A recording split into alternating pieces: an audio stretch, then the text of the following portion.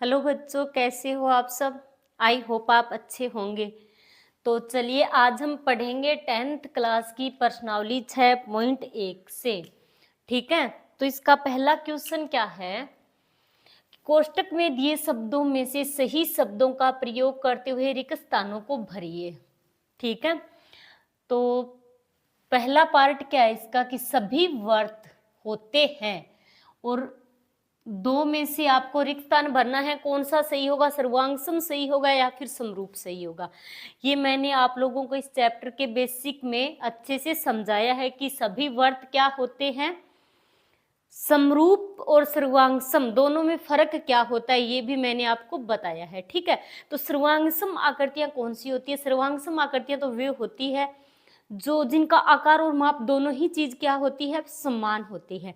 मतलब एक वर्त है दो, ठीक है, तो एक वर्त को दूसरे वर्त के ऊपर रखेंगे तो वह उसको पूरी तरह कवर कर लेना चाहिए। ठीक है, मतलब जो भी हो, वर्त हो, आयत हो, कुछ भी हो, चाहे चतुर्भुज हो। ठीक है, मतलब एक जिनका आकार और माप दोनों ही चीज समान होनी चाहिए, वे एक दूसरे को अच्छे से ढक लेने चाहिए। ठीक है, तो वही होता है सर्वांगसम। और समरूप क्या होता है, समरूप आकृतियां वे होती है जैसे सभी वर्ग क्या है, समरूप है। सभी वर्ग मतलब उनका आकार समान होना चाहिए, माप समान हो यह जरूरी नहीं है। ठीक है, तो वे आकृतियां क्या होती है, समरूप आकृतियां होती है। तो क्वेश्चन क्या है हमारा कि सभी वर्त होते हैं।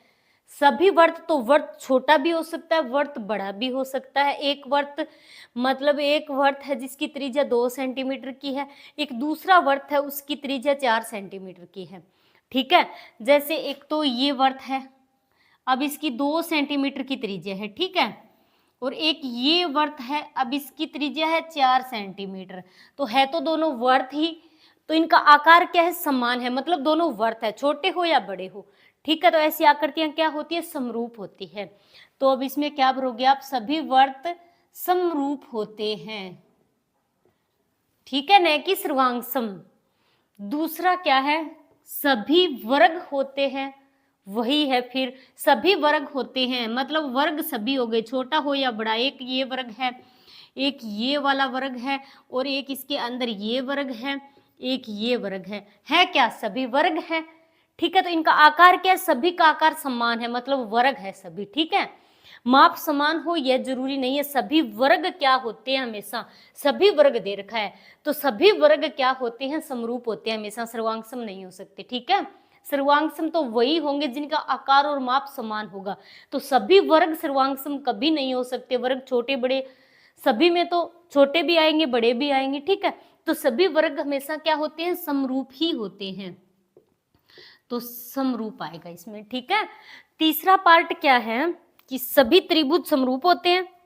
अब सभी त्रिभुज समरूप होते हैं, समद्वि बाहु त्रिभुज या समबाहु, कौन से सभी त्रिभुज समरूप होते हैं, समद्वि बाहु त्रिभुज सभी समरूप होते हैं क्या, सभी समद्वि बाहु त्रिभुज तो समरूप नहीं हो सकते।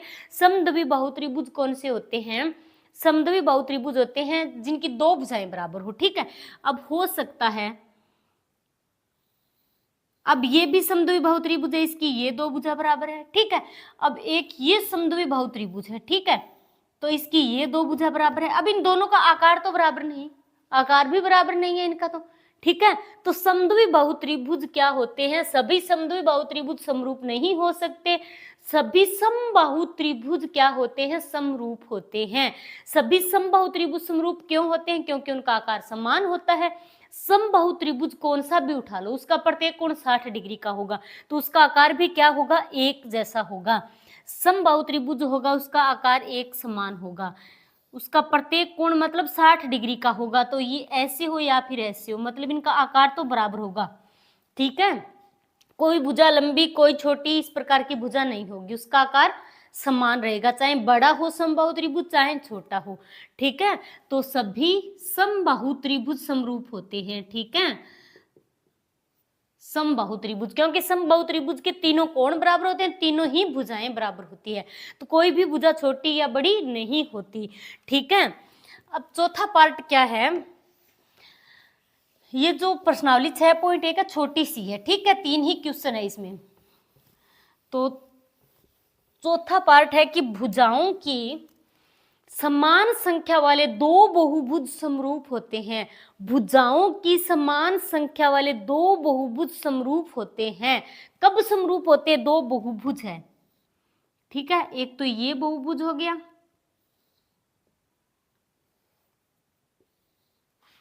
और एक ये बहुभुज हो गया। अब इनका क्या दे रखा है इसमें? भुजाओं की समान संख्या वाले दो बहुभुज। भुजाओं की समान संख्या वाले मतलब ये जो 7 सेंटीमीटर है तो ये भी भुजा 7 सेंटीमीटर होगी, ठीक है। अब ये भुजा है 2 सेंटीमीटर की, तो ये भी 2 सेंटीमीटर होगी, ठीक है। भुजाओं की समान संख्या दे रखी है, ठीक है, भुजाएं समान होगी। भुजाओं की समान संख्या वाले दो बहुभुज समरूप होते हैं यदि उनके, कब समरूप होंगे? यदि उनके संगत कोण क्या हो? बराबर हो।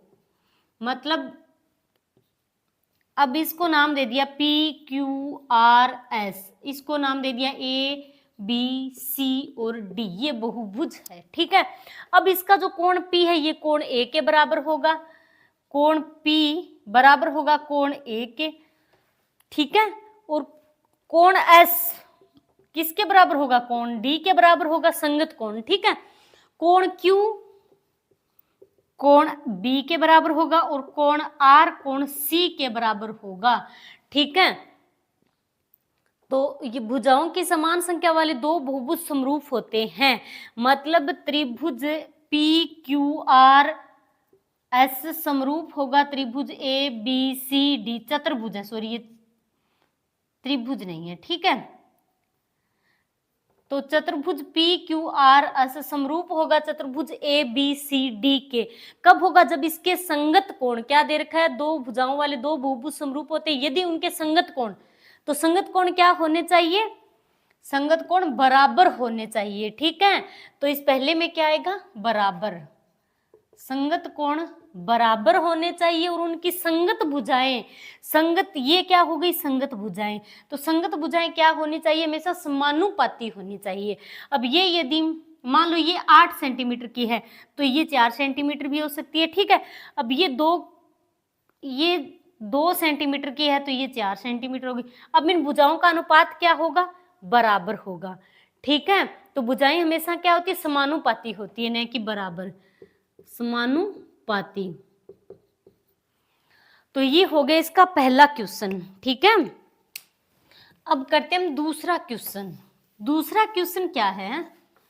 बस इस चैप्टर में जो बेसिक है थोड़ा वो आपको याद होगा तो बिल्कुल आसान सी प्रश्नावली है 6.1, इसमें तो बस नॉर्मल बेसिक आना चाहिए इसका, ठीक है। ये भी हो गया, ये भी हो गया।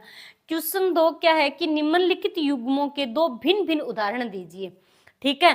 तो पहला पार्ट क्या है कि समरूप आकृतियां। अब समरूप आकृतियां कौन सी होती है? हमें 2 उदाहरण देने हैं इसके, ठीक है। तो पहला पार्ट, अब इसके 2 उदाहरण देने हैं। तो पहले पार्ट का नंबर 1, समरूप आकृतियां कौन कौन सी होती है? सभी वर्गों के युग्म समरूप आकृतियां होती है। सभी वर्ग क्या होते हैं? समरूपित होते हैं।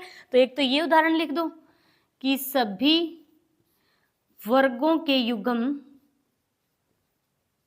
युग्म समरूप आकृतियां होती है, समरूप आकृतियां होती है। क्लियर? दूसरा उदाहरण, सभी समबाहु त्रिभुज क्या होते हैं? समरूप आकृतियां होते हैं, ठीक है। तो सभी समबाहु त्रिभुज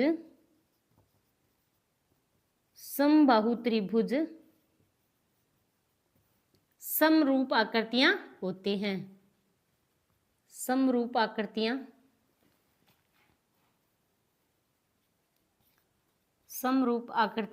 होती हैं।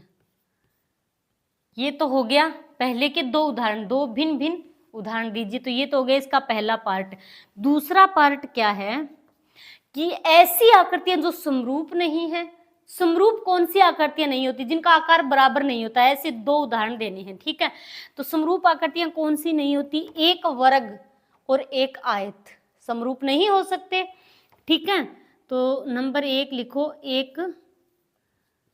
एक आयत व एक वर्ग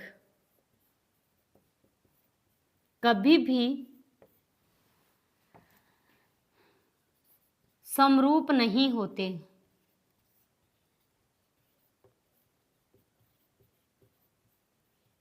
ठीक है। नंबर 2, अब एक त्रिभुज ले लो आप। ठीक है, एक त्रिभुज और एक आयत, ये भी समरूप नहीं हो सकते क्योंकि इनका आकार समान नहीं होता है।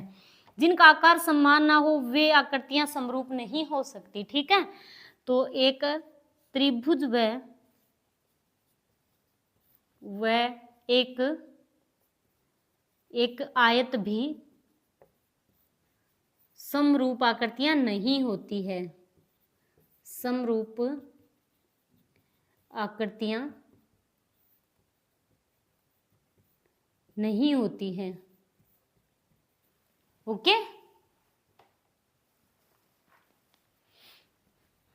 चलिए अब करते हैं तीसरा क्वेश्चन। तो तीसरा क्वेश्चन क्या है कि बताइए कि निम्नलिखित चतुर्भुज समरूप है या नहीं।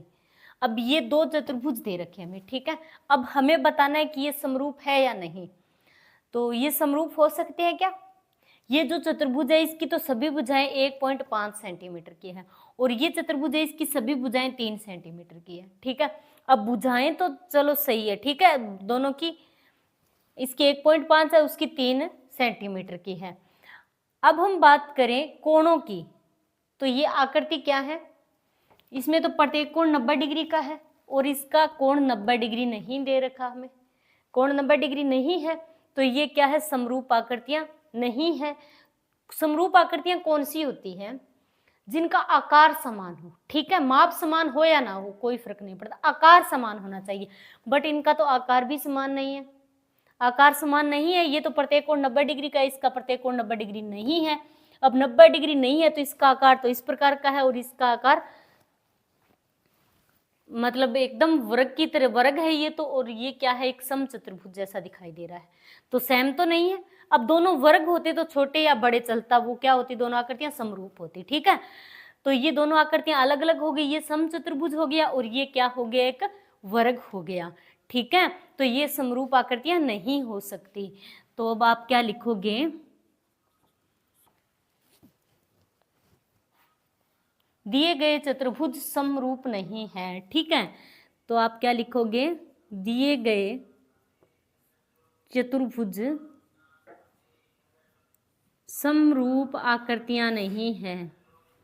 समरूप आकृतियां नहीं है। क्यों नहीं है? क्योंकि इनका आकार असमान है, क्योंकि इनका आकार समान नहीं है। ठीक है, इसीलिए ये समान नहीं है, तो ये समरूप आकृतियां नहीं हो सकती। ठीक है, तो ये हो गई आपकी प्रश्नावली 6.1 कंप्लीट। 3 ही क्वेश्चन थे इसमें। ठीक है, तो आज के लिए इतना ही। थैंक्स।